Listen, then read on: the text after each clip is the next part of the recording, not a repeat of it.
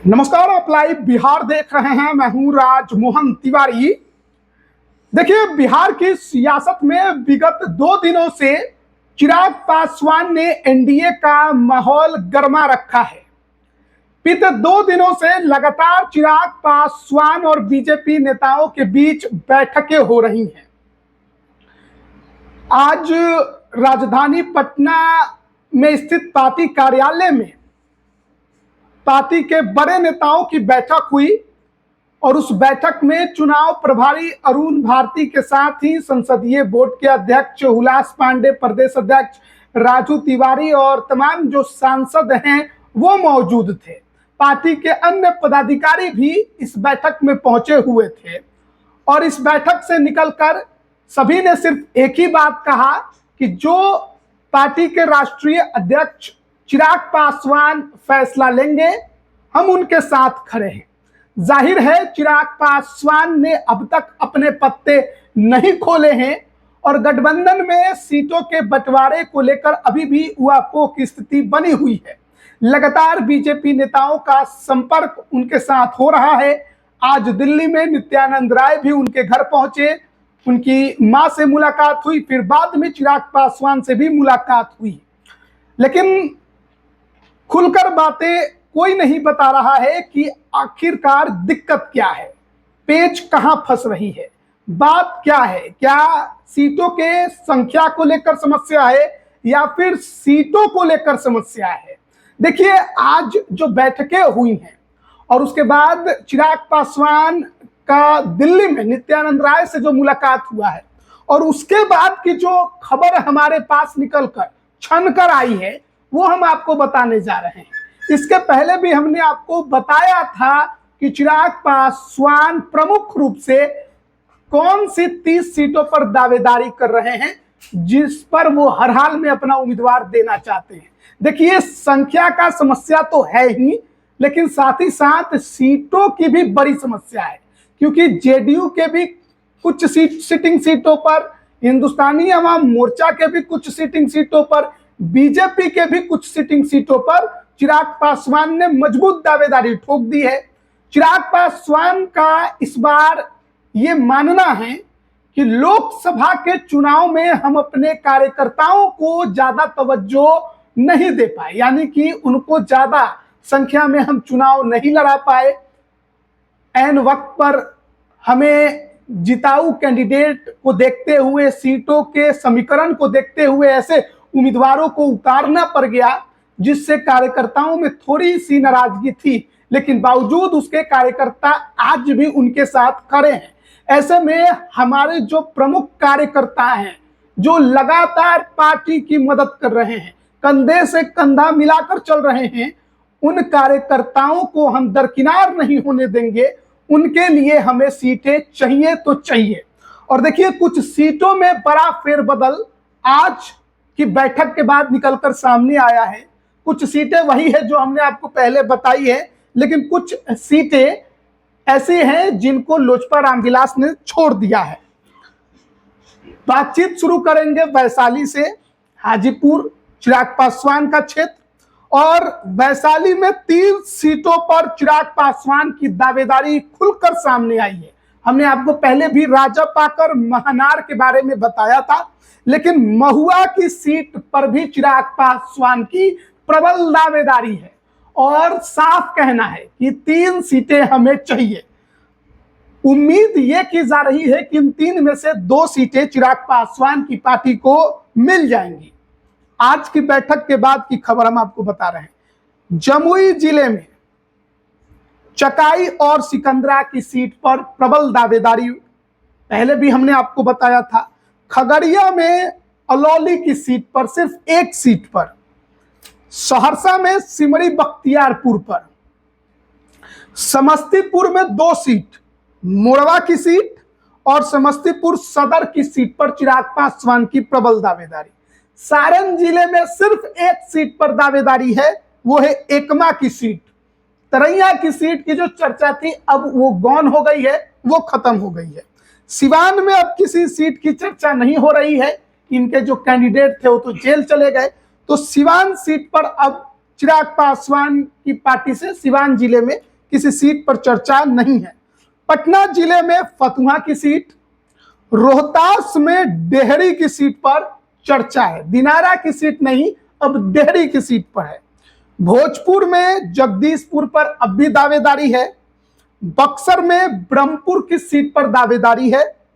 नालंदा में जो 3 सीटों की चर्चा हो रही थी कि 1 सीट मिलेगा, अब वो खत्म हो गई है। नालंदा में कोई भी सीट चिराग पासवान की पार्टी लोजपा रामविलास नहीं लड़ेगी। शेखपुरा में शेखपुरा की सीट पर चर्चा है। शेखपुरा जिले में 2 सीटें आती हैं, बरबीघा और शेखपुरा, तो शेखपुरा सीट की चर्चा है। लखीसराय में 2 सीटें हैं, लखीसराय और सूर्यगढ़ा सीट पर दावेदारी चिराग पासवान की अब भी बनी हुई है। बेगूसराय में थोड़ा सा बदलाव हुआ है। बेगूसराय में जो पहले चर्चा थी कि साहेबपुर कमाल के साथ मटिहानी की सीट भी चाहिए चिराग पासवान को, क्योंकि पिछली बार उनकी पार्टी जीती थी, बाद में उनके जीते हुए विधायक जेडीयू में चले गए। मटिहानी की सीट पर अब दावेदारी चिराग पासवान की तरफ से छोड़ दी गई है। साहेबपुर कमाल पर दावेदारी अब भी बरकरार है। और एक और सुरक्षित सीट है बखरी की सीट, और वो बखरी की सीट पर भी प्रबल दावेदारी चिराग पासवान की बनी हुई है।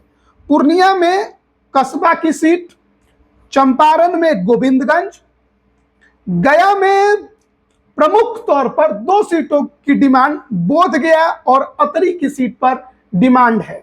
जहानाबाद की सीट पर भी चिराग पासवान की पार्टी का इस बार नजर है और कहना है कि जहानाबाद हमको चाहिए। भागलपुर में 2 सीट है, नाथनगर और गोपालपुर, इसमें नाथनगर पर चर्चा सर्वाधिक है। औरंगाबाद के ओबरा की सीट पर भी चर्चा है। कटिहार के कदवा की सीट, नवादा में अब इस बार चिराग पासवान की एंट्री हुई है। नवादा जिले में पहले नवादा की चर्चा खत्म हो गई थी, लेकिन नवादा के हिसुआ की सीट पर चिराग पासवान ने दावेदारी पेश कर दी है और कहा है कि कुछ सीटों को छोड़ेंगे तो हमें दूसरी जगह सीटें चाहिए, और उसमें एक सीट है हिसुआ की सीट। और फिर अरवल की सीट की खबर निकलकर सामने आ रही है।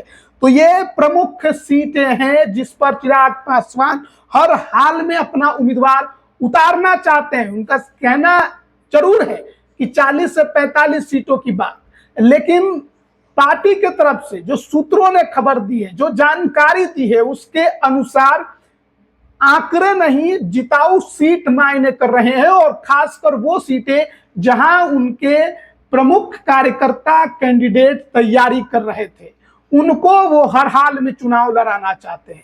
चिराग पासवान ने एक और मैसेज अपनी पार्टी में क्लियर कर दिया है कि इस बार हम ज्यादा बाहरी यानी पहला सूट कैंडिडेट नहीं उतारेंगे, हमारे पार्टी के कैंडिडेट ही होंगे। यानी 85%, 80 से 85% जो दल में पहले से मौजूद है, जो कार्यकर्ता है पार्टी के, उन पर ही दांव लगाया जाएगा। कहीं कुछ वैसी परिस्थिति उत्पन्न हुई तभी बाहरी पैराशूट कैंडिडेट पर दांव खेला जा सकता है, वरना पहली प्राथमिकता पार्टी के अंदर मौजूद कार्यकर्ता और नेताओं के लिए है। ये बात चिराग पासवान की तरफ से क्लियर कर दी गई है। देखिए, मुजफ्फरपुर में एक सीट है गायघाट की सीट। गायघाट सीट पर चर्चा थी चिराग पासवान की पार्टी से वैशाली की जो सांसद हैं वीणा देवी, उनकी बेटी कोमल सिंह के चुनाव लड़ने की। ये बड़ी खबर आपको बता रहे हैं।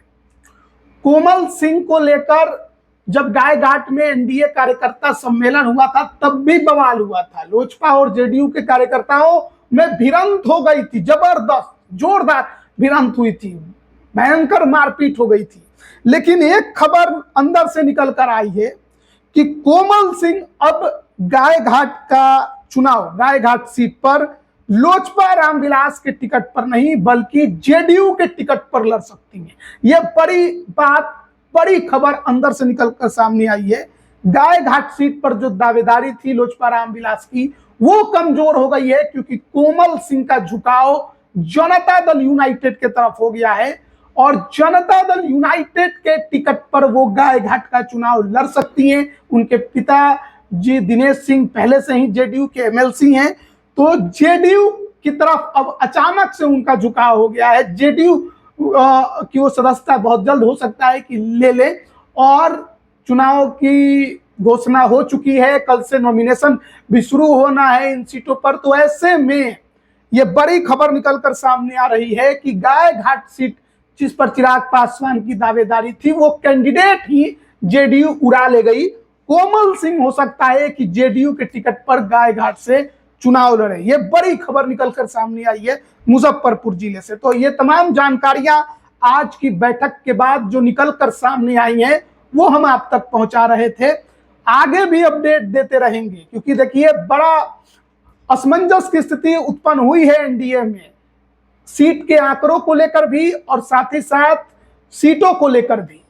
चिराग पासवान की बातचीत लगातार जारी है और खबर यह भी है कि कल तक ये बातचीत चलेगी। हो सकता है कि कल से नॉमिनेशन शुरू है तो उसके अगले दिन यानी 11 अक्टूबर को कैंडिडेट्स और सीटों का जो ऐलान है वो गठबंधन के तरफ से, एनडीए के तरफ से कर दिया जाए। अब देखिए जो खबरें निकलकर सामने आई हैं वो हमने आप तक पहुंचाई। बने रहिएगा हमारे साथ, तमाम अपडेट हम आप तक पहुंचा रहे हैं। आप सभी का बहुत बहुत धन्यवाद।